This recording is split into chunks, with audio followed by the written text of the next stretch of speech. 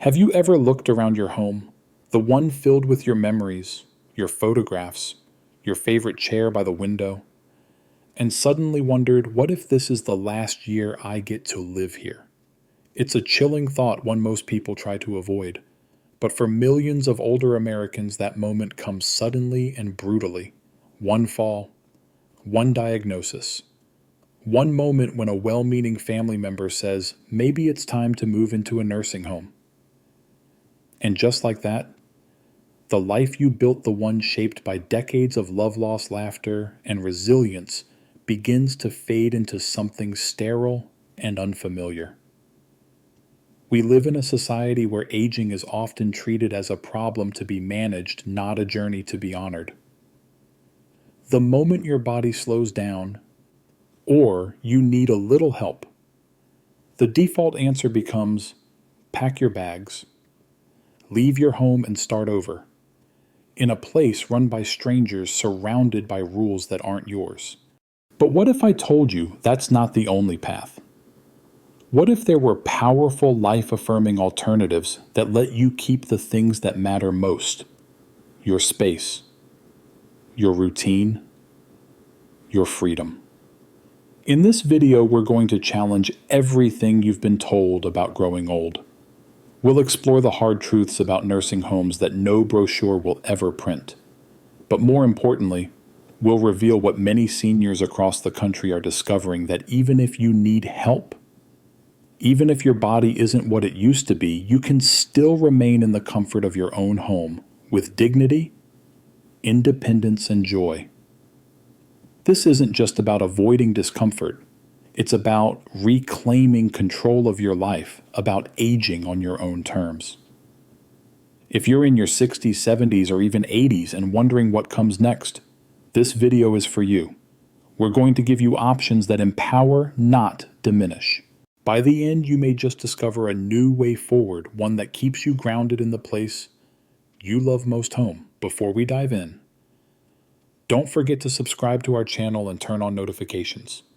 Your support helps us keep creating honest, helpful content for people like you who deserve to age with pride, not pressure. We will always be with you throughout the years to come. Now let me ask you, which of these do you believe aging means eventually giving up your home and moving into care? B, with the right support, you can age in place and keep your independence. Comment your answer, A or B, below. Your response could help others realize they're not alone in this journey. Now that we've questioned what it really means to grow old, let's take a closer look at the reality behind nursing homes. The places we're so often told are the safe solution, but may carry hidden costs no one talks about. Sarah never imagined her life would come to this. At 75, after a minor stroke and increasing difficulty managing her medication, her children sat her down at the kitchen table and gently suggested she consider moving into a nursing home. They meant well, she knew that. They were scared. They wanted her to be safe. But as she looked around her sunlit dining room, where birthdays had been celebrated and grandkids had once built forts from cushions, a quiet ache settled in her chest. It felt like something precious was slipping through her fingers, and she didn't know how to stop it. The brochures promised warmth, comfort, round-the-clock care, pictures of smiling seniors playing bingo, eating together, getting their hair done. But the moment Sarah arrived at the facility just outside Boston, the air felt different. The staff was polite, yes, but hurried. Her room was small, sterile, impersonal. It had all the necessities, a bed, a closet, a window, but none of the soul of home. The first night she cried quietly into her pillow, feeling a loneliness she hadn't known since the day she buried her husband.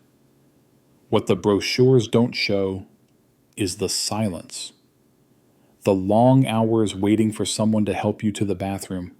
The rigid schedules that tell you when to eat, when to sleep, when to take your pills.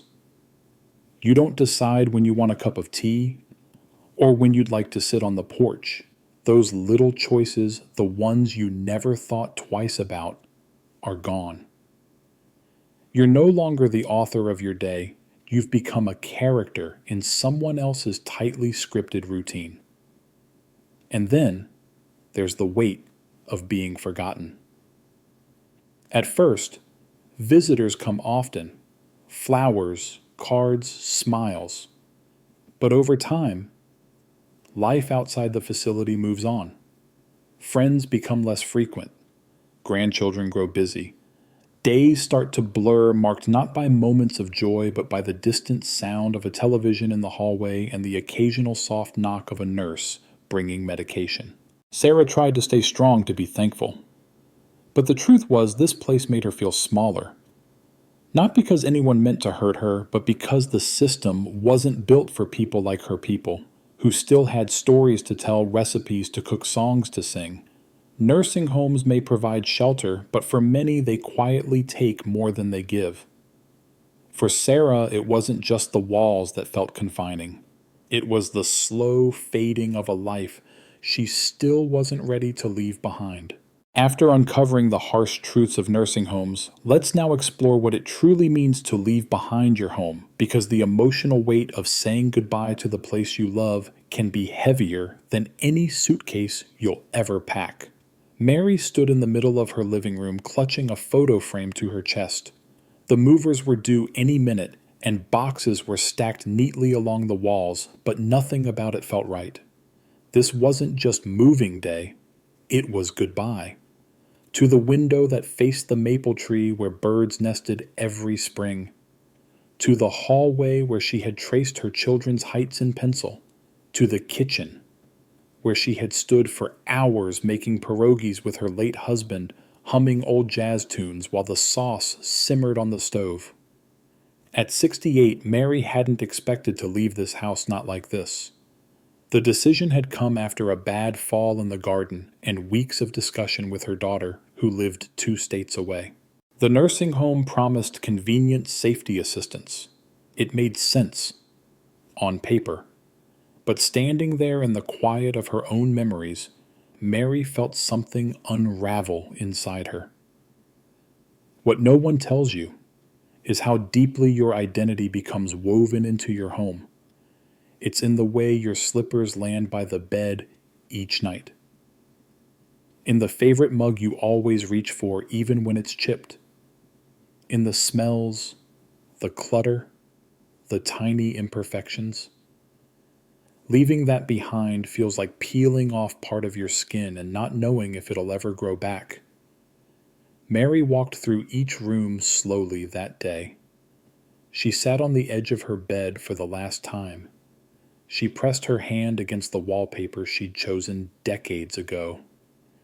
Every corner whispered a story, a fight forgiven, a letter read twice, a grandchild's laughter. She thought of the neighbors, Mr. Kowalski next door, who brought her fresh tomatoes, the sound of children biking past the porch, the Sunday paper always waiting by the gate. All of it gone. Even once she moved, the ache followed her. In the nursing home, everything was beige, quiet, distant. The furniture wasn't hers. The walls held no history. Her favorite rocking chair too big to bring. Her garden left behind. People called it transition. But for Mary, it felt more like disappearance. She missed being the host, the storyteller, the woman who still danced in the kitchen when no one was looking. In the new place, no one knew she used to teach poetry. No one remembered the lilac tree she planted every spring. When you leave your home, you don't just lose a place, you lose pieces of yourself. And sometimes those are the hardest to get back.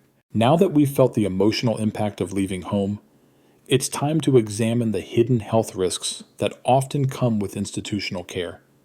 Because what's lost in routine and comfort can sometimes lead to unexpected physical and mental decline. When Mark first moved into the nursing facility in Chicago, everyone around him said it was for the best. "You'll be taken care of," they said. "No more worrying about meals or medication." And at first it did seem convenient. But within just a few months, something began to change, subtle, at first then painfully obvious. Mark, once a lively 72-year-old who had spent his days gardening, walking to the cafe for morning coffee, and tinkering with small woodworking projects in his garage, began to fade. Not emotionally, physically. His balance deteriorated. His muscle tone softened. He started forgetting things he never used to. The same man who used to climb stairs 2 at a time now needed help just standing up from his bed. And yet, nothing had dramatically happened. The change was slow, invisible, and devastating.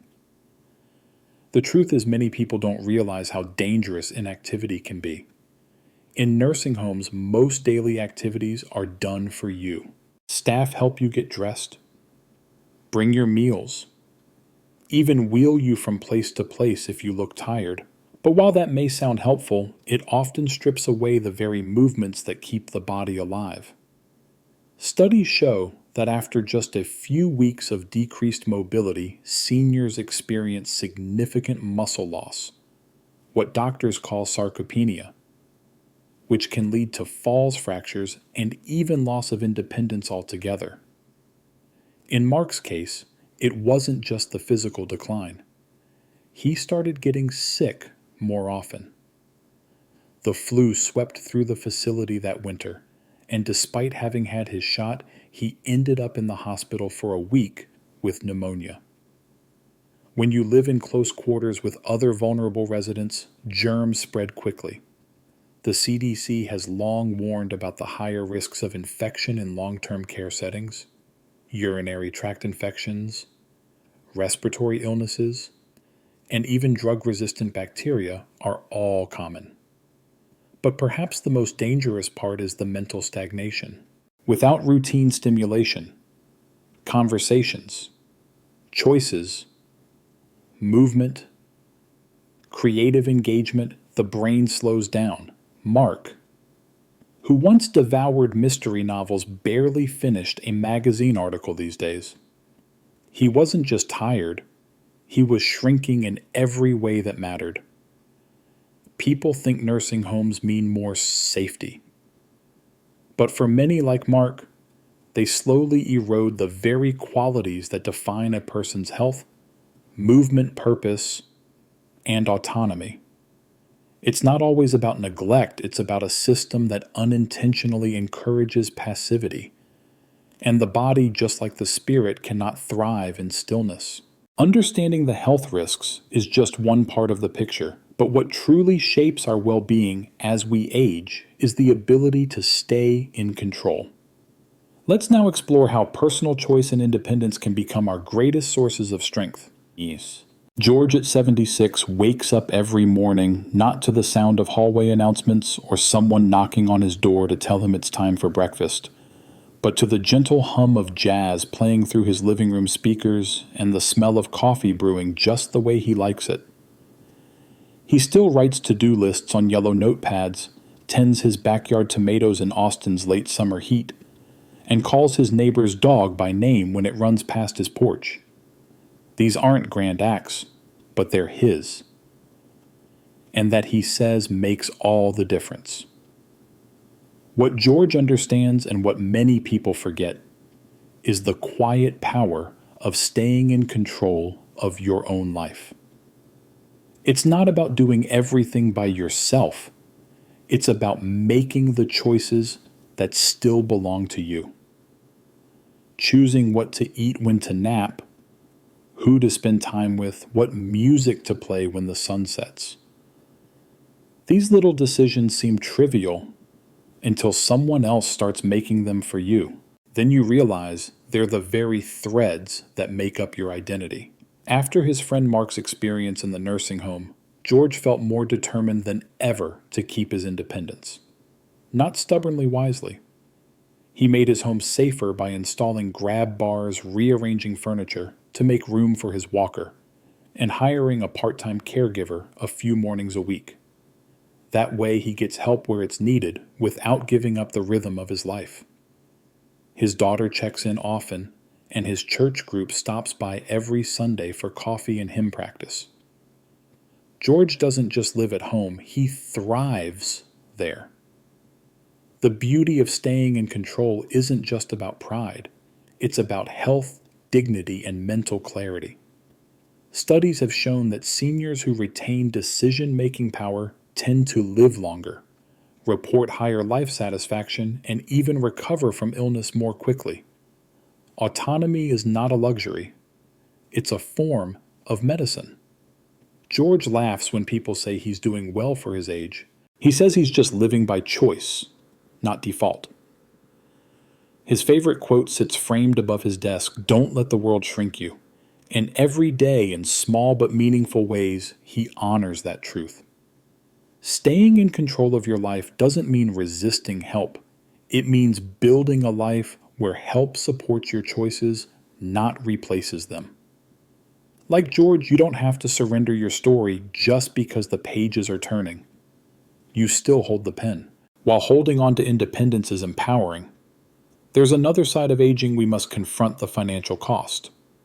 Let's now take a closer look at how the price of care, especially in nursing homes, can quietly erode a lifetime of savings and stability. George had always been careful with money. A retired school teacher from Austin, he had spent decades budgeting, saving clipping coupons, and stashing away small investments so he could enjoy his later years without burdening his children. He wasn't rich, but he had enough, and he was proud of that. So when the conversation about long-term care came up, after a small health scare, he did what most responsible people do. He researched. What he found stunned him. A private room in a nursing home, upwards of $8,000 a month in many places. Even shared rooms often ran $5,000 or more. That's $60,000 to $100,000 a year more than most people's full retirement income. And those numbers didn't include hidden costs, charges for additional care services, personal items, transportation therapies, or medications, not covered under the basic plan. George realized quickly that at that rate, his savings, his entire life's work, could vanish in just a couple of years. He thought of Mark, who had already spent much of his modest pension on care after just 1 year in a facility. He remembered the frustration in his friend's voice as he described selling his car, dipping into emergency funds, even borrowing from his adult children to cover unexpected expenses. "It's like being charged to disappear," Mark once said. And George couldn't get that phrase out of his head. So instead of walking that same path, George chose differently. He used a fraction of that projected cost to modify his home: new lighting, safer flooring, and a stair lift. He hired a part-time caregiver to help a few times a week, someone he trusted who understood his rhythms. He even started working with a local aging-in-place consultant who helped connect him with free community services for seniors. The total cost less than half of what 1 year in a nursing home would have taken. More than that, George felt in control. His money wasn't being drained away into a system that barely knew his name. It was being invested in his well-being, in his home, in his future. People often plan for retirement, but they don't always plan for aging. And when the moment comes, the pressure to choose the safe option, often a facility, can override financial logic. But as George discovered, staying home with support doesn't just save money. It protects your legacy. It honors your years of work, of planning, of sacrifice. Because after a lifetime of building something, you deserve to keep what you've built. As we reflect on the financial strain of long-term care, there's one more cost we must not overlook: the psychological toll. Let's now uncover how losing autonomy and identity in institutional settings can deeply affect the human spirit in unseen ways. When Sarah first moved into the nursing home outside Boston, what she feared most wasn't the food, the schedule, or even the unfamiliar room. It was the feeling that she might slowly disappear. At home, every corner held a memory: Her walls were lined with pictures of family vacations, hand-sewn quilts, and the faded wallpaper she and her husband had chosen together 40 years ago. She had a morning routine, a rhythm to her days, a sense of place and purpose. But in the facility, everything felt like it belonged to someone else. At first, Sarah tried to stay hopeful. She joined the activities. She smiled at the aides. She made small talk in the dining hall. But the truth is, even the warmest environment can feel cold when your sense of identity begins to slip. When no one knows the stories behind your smile, the grief behind your silence, or the music that used to fill your kitchen on Sunday mornings. What many people don't understand is that the psychological impact of entering a nursing home isn't just about sadness. It's about a quiet erosion of self. When you no longer make decisions about your own meals, your schedule, your visitors, or how your room is arranged, you begin to question how much of you is left. You become room 112, bed B, or just Sarah, the one with arthritis. The titles that once defined you, teacher, mother, gardener, storyteller, fade. Studies have shown that this loss of autonomy is linked to increased depression, cognitive decline, and even shorter lifespans. The brain craves stimulation. The soul craves meaning. And when those things are stripped away, even unintentionally, people begin to shut down not because they are old, but because they no longer feel needed. George once said something that stuck with me. It's not the walls that matter, it's who you are inside them. He's right. At home, people often find themselves again in the smallest things, making tea the way they like it, watering their plants, listening to the same old record they've had since 1973. In a facility, those things aren't gone, but they're harder to access. Sarah, like so many, just wanted to feel like herself again. Not a patient, not a resident, just Sarah. And maybe that's the heart of it. We all need to feel like we matter. Not because someone checks our pulse, but because someone listens to our story. So, as we come to the end of this journey, it's clear that the stories of Sarah, Mary, Mark, and George are not just individual paths. They are mirrors. They reflect the questions so many of us quietly carry. What happens when my body changes? Will I still matter when I need help? Will I still be me? Each of them showed us something essential. Sarah taught us that even the nicest facility cannot replace the deep human need to feel known and remembered. Mary showed us that a home is not just four walls. It's a part of the soul stitched together by moments of love, loss, and laughter. Mark reminded us that health isn't just medical. It's motion, freedom, connection.